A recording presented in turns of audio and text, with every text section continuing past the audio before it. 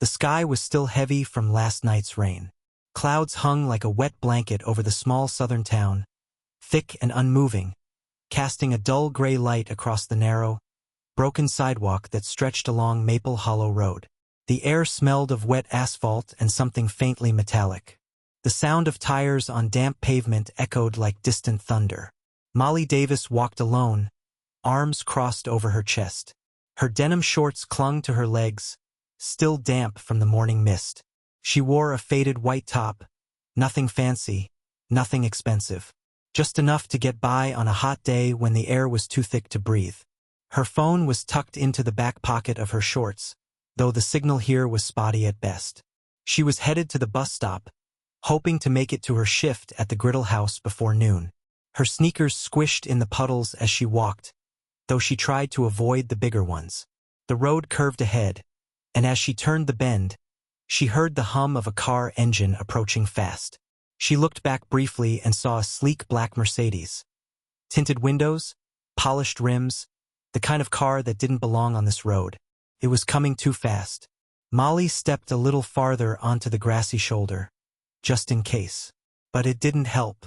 The car swerved deliberately and hit the edge of a deep puddle that had formed in the low dip of the road.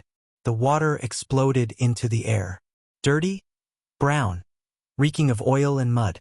It drenched her from head to toe, soaking her shirt, plastering her hair to her face. She gasped, stunned by the cold, the shock, the sheer violence of it. The car screeched to a stop a few yards ahead. She blinked through the dripping mess, her mouth slightly open. The back door opened. Out stepped a tall woman, white, elegant, draped in a cream-colored linen dress.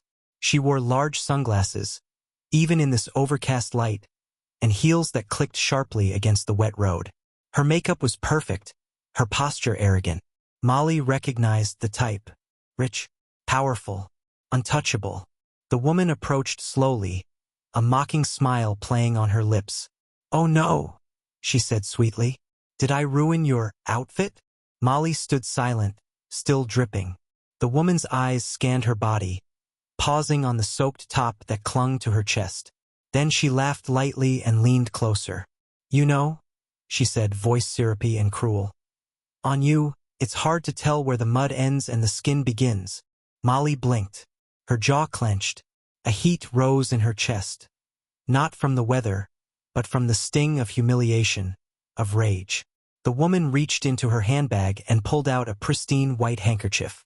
She waved it once like a flag. "Here," she said, tossing it to the ground near Molly's feet. "Clean yourself up. No charge." Then she turned and walked back to the car, laughing to herself. The driver, an older white man in a suit, avoided Molly's gaze entirely. The door slammed. The car sped off, throwing another mist of wet gravel into the air. Molly didn't move. She just stood there, trembling, her clothes clinging, her throat tight. Her heart pounded with everything she couldn't say. A few cars passed. One driver slowed, looked, then kept going. She knelt down and picked up the handkerchief. White, monogrammed with the initials MH. She clutched it for a second, then shoved it into her pocket without thinking. By the time she got to the diner, her manager had already clocked her as late. "Rough morning?" he asked, looking at her dripping state. She forced a smile. "Yeah," she said. "You could say that." She didn't mention the woman. Not yet.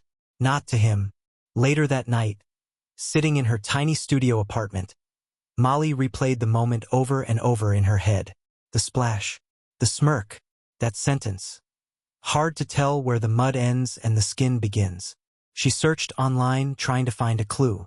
Those initials. That car. That face. Took less than 5 minutes. Mason Hartwell, chairwoman of the Bennett Women's Initiative, wife of Senator Charles Hartwell, philanthropist, keynote speaker at Molly's college fundraiser next month. She stared at the screen. It was her, no doubt. Mason Hartwell, who made it her mission to uplift young women of color in underprivileged communities. Mason Hartwell, who spoke about equality, dignity, and hope. Molly felt sick. She opened Twitter. She started typing, Today I was walking to work. A luxury car deliberately splashed me with muddy water. The woman inside stepped out, laughed at me, and told me, "It's hard to tell where the mud ends and your skin begins." Her name is Mason Hartwell. She stared at the post. Her finger hovered over the post button. Her heart pounded. What if no one believed her? What if they did? She clicked post. And then she waited. Started slow. A few likes. Then a retweet. Then another. Within an hour, Molly's phone buzzed constantly. The comments rolled in, first from people she knew, then from strangers.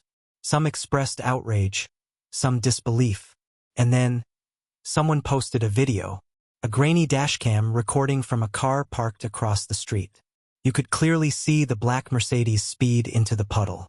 You could see the water hit her. Then, moments later, the woman in white stepped out and approached.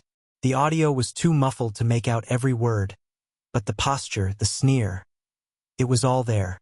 By morning, the tweet had over 40,000 shares. Someone had tagged a local news station, then a national one. The headlines began to appear. Senator's wife accused of racist verbal attack on young woman. Caught on cam. Chairwoman of Women's Initiative sparks outrage. Molly didn't sleep that night. Her tiny apartment glowed blue from the screen light as she scrolled through comment after comment. Messages poured in. Reporters, activists, trolls, people offering to help. People telling her she was a liar. People calling her brave. She didn't know what she felt. Somewhere between terrified and numb.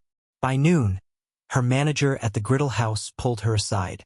"You okay, Mole?" She shrugged. "Define okay." He looked nervous.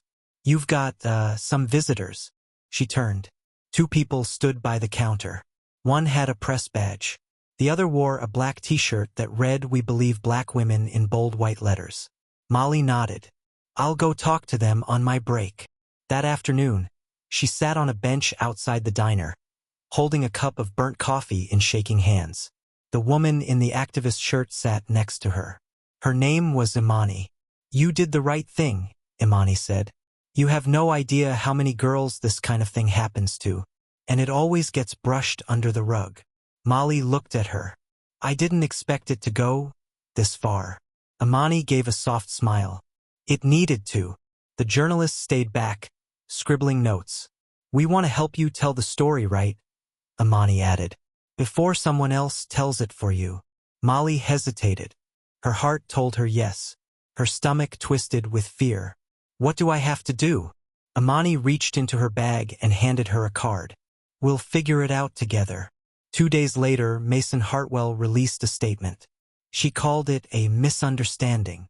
Said she deeply regretted the unfortunate tone of her remarks. Blamed stress, a recent family loss, and exhaustion. She didn't mention Molly's name. Didn't apologize to her directly. But the internet wasn't buying it. The hashtag #MudForMason started trending. People dumping buckets of water on themselves to show solidarity. Students at Molly's former community college organized a walkout, holding signs with her name. Someone remixed the dashcam footage into a music video. It was absurd, powerful, ridiculous, all at once. And yet, with all the noise, all the reposts and interviews and petitions, something inside Molly stayed quiet. She still felt alone. Still felt that sting on her skin. The look in Mason's eyes. And she knew it wasn't over. On the fourth night, she got a knock on her apartment door. She looked through the peephole. It was a man in a suit. She cracked the door. "Miss Davis?" he asked politely. "Who's asking?" "I represent the Hartwell family. I'd like to speak with you. Privately." She hesitated. "About what?" He shifted. "A settlement offer." They met the next day in a coffee shop near the courthouse. The man, Mr. Langley, placed a folder in front of her. "Mrs. Hartwell is willing to issue a personal apology, in writing, and donate $50,000 to the Bennett Women's Initiative in your name." Molly raised an eyebrow. "Not to me. She's hoping to turn this into something productive." She stared at the folder. "And in return?" He cleared his throat. "You would agree not to pursue further action, legal or public." Silence. She leaned back. So, hush money. He smiled thinly. We'd like to move forward. All parties. Molly looked at him. Tell Mason Hartwell she can keep her fake apology. And her money. She stood up. You tell her the mud's not coming off that easy. Later that night, Imani called. You sure you're ready for this? No, Molly said. But I'm doing it anyway. A week later, she stood behind a podium at a press conference hosted by the Equal Justice Center. She wore a clean shirt and jeans. Her hair was up. Her voice, steady. I didn't ask for this attention, she said. I didn't ask to be a symbol or a headline. But I won't let what happened to me, what happens to women like me every day, be forgotten. Not again. The room was packed. Reporters scribbled. Cameras rolled. I was humiliated, drenched, mocked, and then I was told to be quiet, to move on. But I won't. A pause, a breath. Because what she threw on me wasn't just water. It was centuries of power games, of dismissal, of ugliness covered in perfume and pearls. I see it now, and I refuse to stay silent. The applause filled the room. Molly stepped down. She didn't smile. Not yet, but something in her had shifted, and it wasn't going back. The day after the press conference, Molly woke to the sound of pounding on her door. She jolted upright, heart racing. Another reporter? A protester? She tiptoed to the peephole. It was a police officer. She opened the door halfway, the chain still in place. Miss Davis. Yes. We have a warrant to search your apartment. Her breath caught. For what? The officer's partner stepped forward. We received a tip about illegal substances on the premises. What? She blinked. That's insane. Who said that? They didn't answer. A moment later, 2 more officers arrived. They cut the chain. Entered.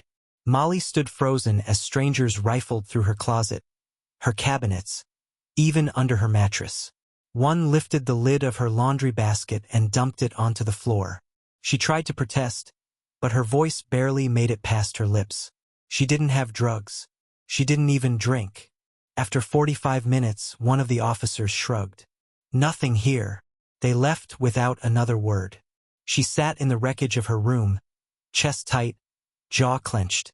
It didn't feel random. And deep down, she already knew why it had happened. They were trying to scare her.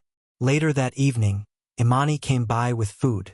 Molly sat in silence on the edge of her bed, still staring at the tossed laundry. They sent the cops? Molly nodded. Said they got a tip. Imani's mouth tightened. They're trying to shake you. It's a play. They dig into your life, hoping to find something to twist. Well, there's nothing to twist, Molly snapped. I've worked 2 jobs since I was 17. My record is clean. I don't even jaywalk. Imani reached out, touched her hand. That's not the point, Mole. The system doesn't need truth to ruin someone. Just the suggestion. Molly pulled her hand back. Then what now? What am I supposed to do? Stay quiet to avoid cops showing up in my house. Imani looked at her. No. You fight louder. The next morning, an anonymous blog post went viral. Who is Molly Davis really? It featured grainy photos from her Instagram, twisted captions from years ago, claimed she had once threatened violence when she tweeted about a racist coworker, alleged she had been fired for misconduct from a summer job at a retail store. She hadn't. She'd quit that job after the manager called her hair unprofessional. Imani and her team jumped into action, writing a rebuttal piece backed with real documents, testimonials, even Molly's old pay stubs. Still, the smear stuck. For every person who supported her, another popped up in the comments. Just looking for fame. Bet she set the whole thing up. That's not even racism. It's just a joke. Get over it. On Friday, her manager called her into the back room again. This time, he didn't look her in the eye. Molly Corporate called. She crossed her arms. They're asking us to put you on leave. Just until things cool down. She stared at him. You're firing me? No, not exactly.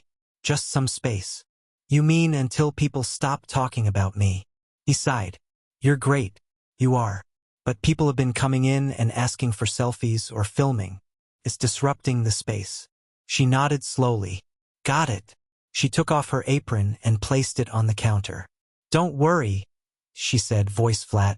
I'll make space for everyone. That night, she sat on her balcony as the sky turned pink. Her hands were raw from holding her anger too tight. She wasn't famous. She was exhausted and broke. No job, no peace, just a storm that wouldn't pass. But still, something in her refused to retreat. The next day, she got a call. Unknown number. She almost let it go to voicemail, but something made her swipe. Hello. A voice low and firm. Miss Davis, my name is Jamal Green. I'm with the Taylor Foundation.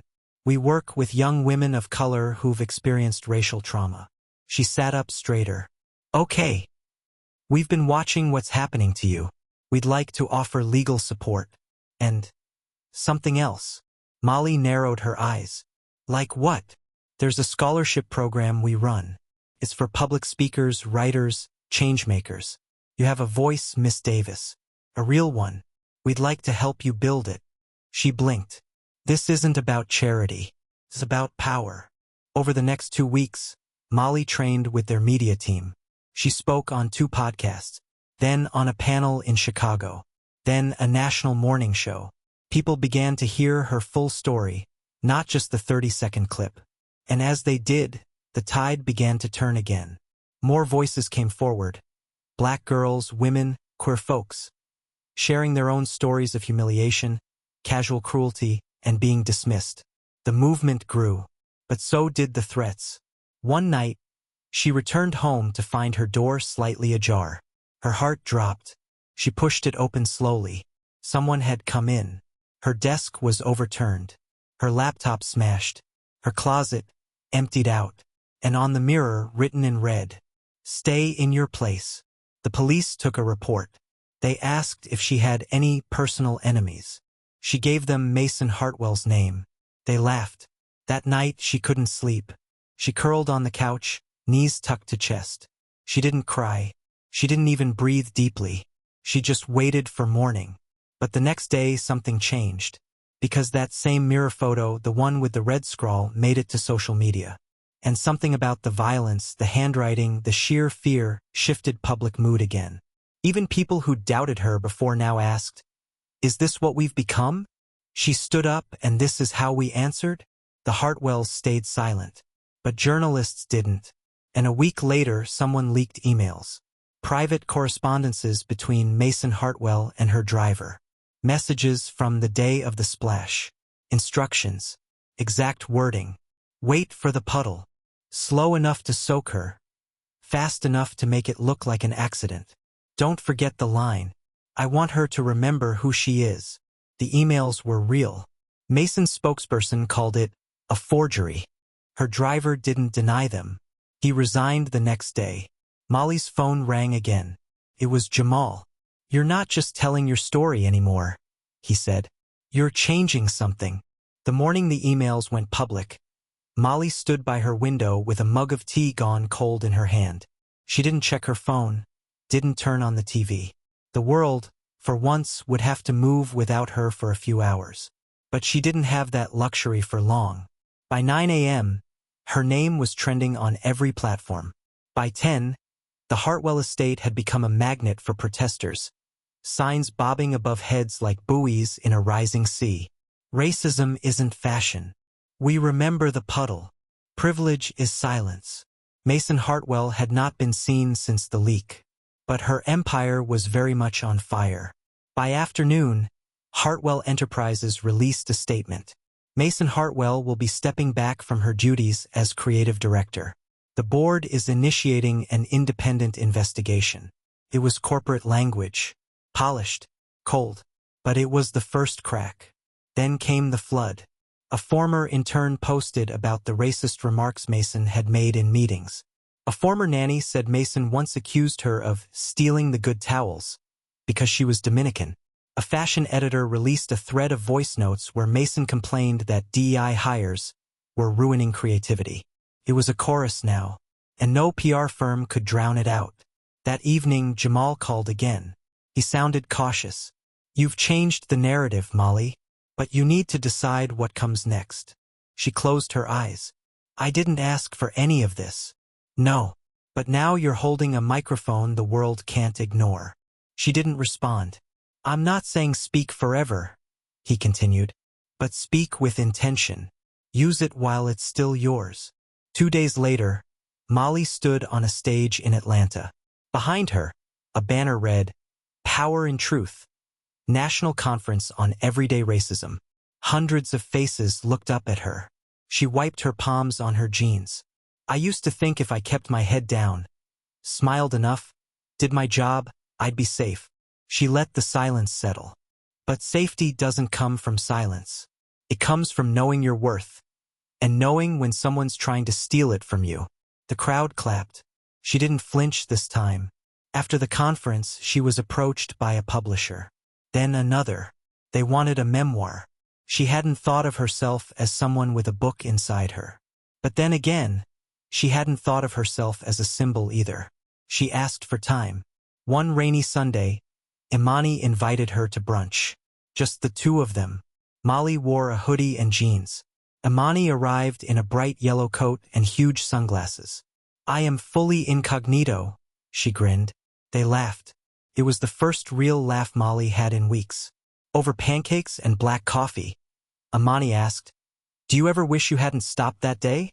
Molly paused. Sometimes, when I couldn't sleep, when my place was trashed. She stirred her coffee. But then I think, it was always going to be some day. Some moment. She looked up. This one just happened to be mine. Back in New York, Mason Hartwell issued a formal apology. It aired on morning television. She sat in a beige room, face scrubbed of makeup, looking directly into the camera. I am deeply sorry for the harm I've caused. My words and actions were unacceptable. I take full responsibility. Molly watched it alone in her apartment, the volume low. The apology felt rehearsed, like it had been written for a courtroom, not a heart. She turned it off halfway through. A week later, her mailbox held a letter with embossed gold trim. Inside, an invitation. Miss Davis, we cordially invite you to attend the Hartwell Foundation's Reconciliation Gala. She stared at it. Below the heading, in delicate script, We believe in healing through community. She nearly laughed, but didn't. She didn't RSVP. Instead, she bought a one-way train ticket to North Carolina. Her grandmother's house sat at the edge of a long dirt road, flanked by trees that whispered when the wind passed. She hadn't been back since she was 17. The porch still creaked in the same spots. The smell of lavender and old wood met her at the door. Her grandmother looked up from her chair. You took your sweet time. Molly knelt down and hugged her. I needed to remember what solid ground feels like. Her grandmother patted her back. Well, baby, she smiled. You've always been rooted deeper than you know. Over tea they sat in silence, the good kind. The kind that fills a space with warmth, not absence. Her grandmother eventually said, I saw what happened. I figured you would. You did good. I'm not sure it matters. It does. Not just for you. Molly looked down. I keep thinking someone else could have done it better. Her grandmother chuckled. Child, someone else always could. But they didn't. You did. The next morning, Molly opened her laptop. She created a document and titled it, The Splash That Stayed. She stared at the screen for a long time, then typed the first line. It started with water, and it ended with fire. Molly's return to the city felt like stepping into a glass cage. The air was thick with expectation. Every street corner, every cafe, every subway car seemed to whisper her name. She wore a simple black jacket, the one she'd bought at a thrift store months ago. Nothing fancy, nothing that screamed, look at me, just enough to blend in. But blending in was impossible. At the airport, a man stopped her. Ms. Davis? I'm with the Times. Can I get a comment on the Hartwell investigation? Molly shook her head and walked away. Her phone buzzed relentlessly. Calls from reporters. Messages from friends. DMs from strangers. She didn't answer. She needed control. At her apartment, The mailbox was stuffed with letters. Some were hate mail. Some were support. One was a thin envelope with no return address. Inside was a single sentence typed on plain white paper. "You can't stop this, Molly. The truth isn't yours to tell." The handwriting was too neat to be a threat. It was a warning. She saved it and deleted everything else. Days later, a surprise visitor showed up. It was Jamal. His face was tired but determined. "You need to see this," he said, pulling out his phone. On the screen was a video. Mason Hartwell was in a crowded cafe, laughing with a group of people. Her demeanor was the same cold confidence Molly remembered. But the caption was worse. "Still untouchable." Jamal scrolled through comments. "Her supporters are organizing. They think the apology was fake, sure, but they see her as a victim." Molly felt the old familiar twist in her gut. Fear, anger, the urge to run. But this time she stayed. That evening, Molly attended a panel on social justice. She listened as activists spoke of backlash, resilience, and hope. Afterwards, a woman approached her quietly. "I'm Simone," she said, shaking Molly's hand. "I work with a group helping young women of color in media. We've been following your story." Molly smiled, exhausted but grateful. "We'd love to collaborate. Your voice could help others find theirs." The seed of something new planted itself deep inside Molly. Back home, the media frenzy worsened. Mason Hartwell's lawyers announced she would be filing a defamation suit. The news hit Molly like a punch. She called Jamal. "We need to prepare," he said calmly. "Prepare for what?" "Battle." For weeks, Molly learned legal jargon, interviewed lawyers, and practiced her statements. Her world shrank to court dates, strategy sessions, and nights filled with restless sleep. But through it all, one thing kept her grounded: the memory of that day. The splash of cold water, the sharp sting of humiliation, and the spark that lit a fire in her. Then, one cold morning, Molly received an unexpected message. "Meet me at the cafe on 5th, noon." Her heart pounded. Was it a trap, public stunt, or something else? Against better judgment, she went. The cafe was quiet. Mason was there, waiting. Her eyes met Molly's. There was no mask. "No cameras," Mason said. "Just two women who need to talk." Molly sat down. Mason took a deep breath. "I was wrong. About everything. But I don't want to lose everything." Molly wanted to shout, to cry, to walk away. Instead, she asked quietly, "Why now?" Mason looked down. "Because if I'm going to change, I need someone to hold me accountable." It wasn't forgiveness. It wasn't closure. It was the beginning of something fragile. Two women, both broken and bruised, trying to rebuild from the wreckage. The bell above the cafe door jingled softly as Molly stepped inside. The cool air of the street replaced by the warm hum of muted conversations and the rich scent of coffee. She wiped the faint dampness from her arms, the chill from that afternoon still clinging to her skin like a stubborn shadow. She spotted Mason sitting near the back, her hands wrapped around a mug of tea. The lines around Mason's eyes looked deeper. The usual confident posture softened into something almost vulnerable. Molly hesitated, her heart pounding in her chest. Was this the right choice? To sit with the woman who'd humiliated her so publicly? Who'd turned a simple walk home into a spectacle? Yet, beneath the anger, a strange curiosity nudged her forward. Mason looked up as Molly approached, a faint, uncertain smile touching her lips. "You came," Mason said quietly. Molly nodded, settling into the chair opposite her. For a moment, silence stretched between them, heavy and thick with everything neither dared to say. Mason was the first to break it. "I'm sorry," she whispered, voice low, strained. "Not just for what happened, but for everything I've been blind to. The way I see the world, and who I'm willing to listen to." Molly met her gaze, searching for any sign of sincerity or mockery. The words sounded honest, raw, but years of disappointment had taught her to be wary. "What do you want from me?"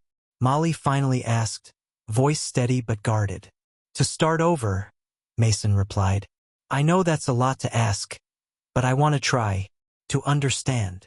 Molly's lips pressed into a thin line. Why now? After everything? Mason sighed deeply. Because I've been running from who I really am, afraid to face the consequences of my actions. But I can't keep pretending. The cafe felt smaller somehow, the walls closing in around them as if sharing in their fragile truce. Molly swallowed hard, the memories of the cold water, the jeers, the sting of humiliation flooding back. But alongside the pain, a flicker of something new took root, the possibility of change. Okay, she said quietly. I'll listen. In the weeks that followed, their meetings became a delicate dance of truths and tensions. Sometimes they argued fiercely, words sharp like knives cutting through layers of denial. Do you even know what it's like? Molly snapped during one heated exchange. To be seen only as a stereotype? Mason countered. To have your worth judged by skin color before your heart? Molly's eyes burned with unshed tears. Yes, she said simply. Every single day. Other times, their conversations softened, moments of unexpected understanding slipping through the cracks. Mason shared stories from her childhood. A strict home, endless pressure to succeed, the loneliness of feeling like an outsider even among her own family. Molly revealed pieces of her own struggles. The weight of poverty, the exhaustion of always proving herself, the loneliness that came from being unseen. Slowly, the walls between them began to crumble. But outside their fragile bubble, the fight intensified. Mason's legal team pushed back hard, trying to discredit Molly's claims and portray the incident as an unfortunate accident. Molly's lawyer, Jamal, was relentless. We're not just fighting for compensation, Jamal told her firmly. This is about justice, about sending a message that this behavior isn't acceptable. Molly nodded, steeling herself for the battles ahead. The city responded too. What began as whispers grew into a roar. Protests erupted outside Mason's office, signs waving, voices chanting for equality and respect. Molly watched from the sidelines, her heart swelling with pride and fear. She had become a symbol, a face for those who'd been silenced for too long. One chilly evening, Mason called. Her voice trembled over the phone. We need to talk. Molly hesitated, then agreed. They met in a quiet park, the sky heavy with the threat of rain. Mason looked tired, the usual sharpness in her eyes dulled by exhaustion. I'm scared, she admitted, voice breaking. Scared of losing everything? Molly asked softly. Mason nodded. But I'm more scared of losing myself, she said.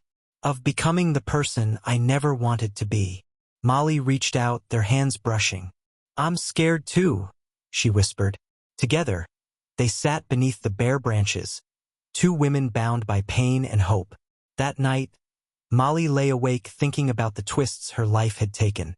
How one splash of water had thrown her into a whirlwind she never asked for. But also how it had opened a door, to confrontation, to healing, to a future neither could have imagined.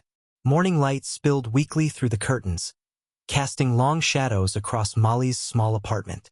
The events of the past weeks weighed heavily on her, but sleep had been elusive.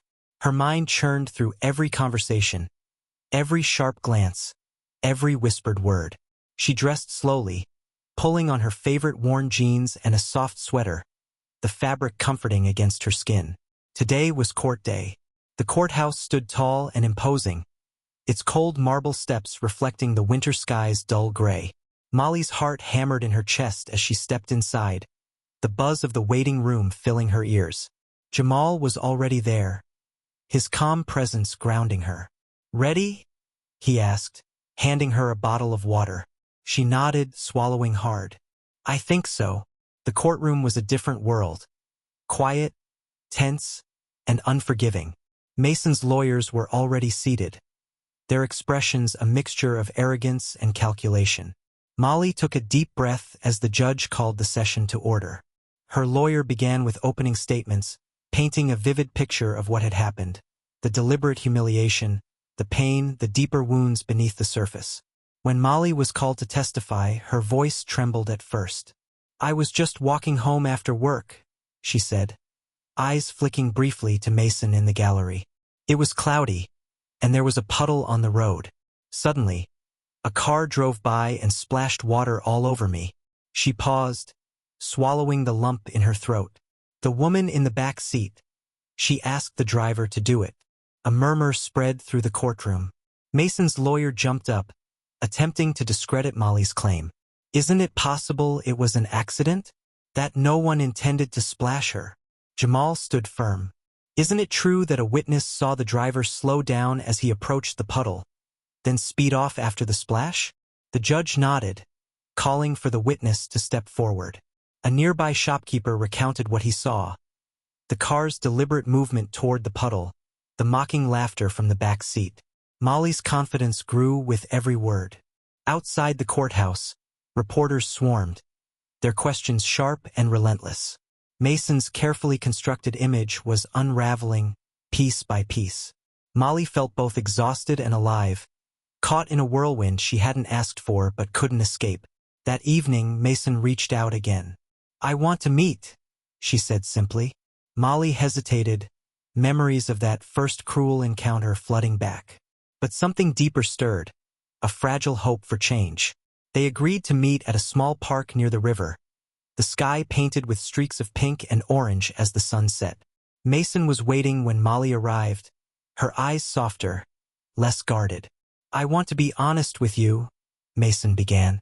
"The world I grew up in, it blinded me. My family, my friends, they taught me to see people in a certain way, to judge before understanding." Molly listened, her heart aching with both anger and compassion. "Why should I believe you?" "Because I'm willing to change," Mason said. "Not just for me, but for the people I hurt, including you." They talked for hours, peeling back layers of pain and prejudice. For the first time, Molly saw not just an antagonist, but a woman wrestling with her own demons. Days turned into weeks. Molly found herself at a crossroads, to forgive or to fight, to heal or to hold on to the past. The journey was far from over. But one thing was clear. A single splash of water had changed everything. The days following their meeting were awkward and charged. Molly found herself caught in a swirl of emotions. Anger, doubt, cautious hope. She wasn't sure if she could truly forgive Mason, but the door to understanding had cracked open. At work, whispers trailed her, some co-workers offering quiet support, others avoiding her altogether. The city felt smaller somehow, its weight pressing on her shoulders. One evening, as Molly walked home, she spotted a flyer taped to a lamppost. Community dialogue on race and reconciliation. All welcome. The event was just a few blocks away. Curious and restless, she decided to attend. Inside the community center, faces of all ages and backgrounds gathered. The room buzzed with stories, some painful, some hopeful. Molly listened as people shared experiences of injustice and forgiveness, resilience and change. When it was her turn, she hesitated, then spoke. "I never imagined something as small as a splash of water could change my life, but it did. It showed me how deep prejudice runs, even when it's disguised as a joke or a mistake." She looked around. "I'm still angry, but I want to believe change is possible. Not just for me, but for all of us." Applause followed, warm and genuine. Back at home, Mason watched the news coverage. She saw Molly's courage, felt the weight of her own choices. The encounter at the park was only the beginning, but it had awakened something she hadn't expected: accountability. Mason called her family, confronting the legacy of bias that had shaped her. "I want to change," she said quietly, "but it won't be easy." Weeks later, Molly received a message from Mason. "Would you consider coming to the community event next week? I'll be there too." Molly stared at the screen, heart pounding. After a long pause, she replied, "I'll come." The night of the event, Molly arrived early. Mason was already there, nervously arranging pamphlets. They exchanged a tentative smile. The event unfolded with stories, laughter, tears, a mosaic of shared humanity. For Molly and Mason, it was a step forward on a long road. Not all wounds healed that night. Not all questions answered. But the ripple from that single splash had started to change more than just their lives. It was changing a community. The night of the second community event, Molly felt a strange mix of anxiety and hope as she walked into the room. It wasn't just any gathering anymore. It was a crossroads where the past met the future. Mason was already there, waiting by the entrance. Their eyes met, and this time, there was no tension, only a quiet understanding. The awkwardness had softened into something fragile but real. The event began with a moment of silence for those whose voices were lost to injustice. Then stories poured out, raw and honest, threading pain with resilience. When it came time to speak, Mason took a deep breath. "I was part of a problem," she said. "Not just with my words or actions, but with my silence, my privilege, my choices. I hurt someone I barely knew, and it opened my eyes." She looked at Molly, who nodded gently. "I'm here to change, to listen, to learn, and to act." Molly stood afterward, feeling the weight lift just a little. "I've spent a lot of time feeling invisible, dismissed," she said. "That day when I was splashed with water, it was more than humiliation. It was a wake-up call, not just for Mason, but for me, for all of us." The room hummed with empathy. After the event, Molly and Mason stepped outside. The sky was clearing, stars blinking into view. "This is hard," Mason admitted, "but I want to keep trying. Can we start over? Maybe not friends yet, but something real." Molly considered the offer. Forgiveness was never simple, but maybe this was a beginning. "I'm willing to try," she said softly. Over the following months, their tentative connection grew. They volunteered together, speaking at schools and community groups, sharing their story to challenge stereotypes and foster understanding. Molly found strength in her voice, Mason in her humility. Neither forgot the pain, but both embraced the possibility of change. One afternoon, as they walked to City Park, a light rain began to fall. Mason smiled. "Promise me, no more splashes without warning?" Molly laughed, a clear, joyful sound. "Only if you promise to keep learning." They walked on, rain mingling with hope, a reminder that even the smallest acts could ripple outward, shaping lives, healing wounds, and building bridges where none seemed possible.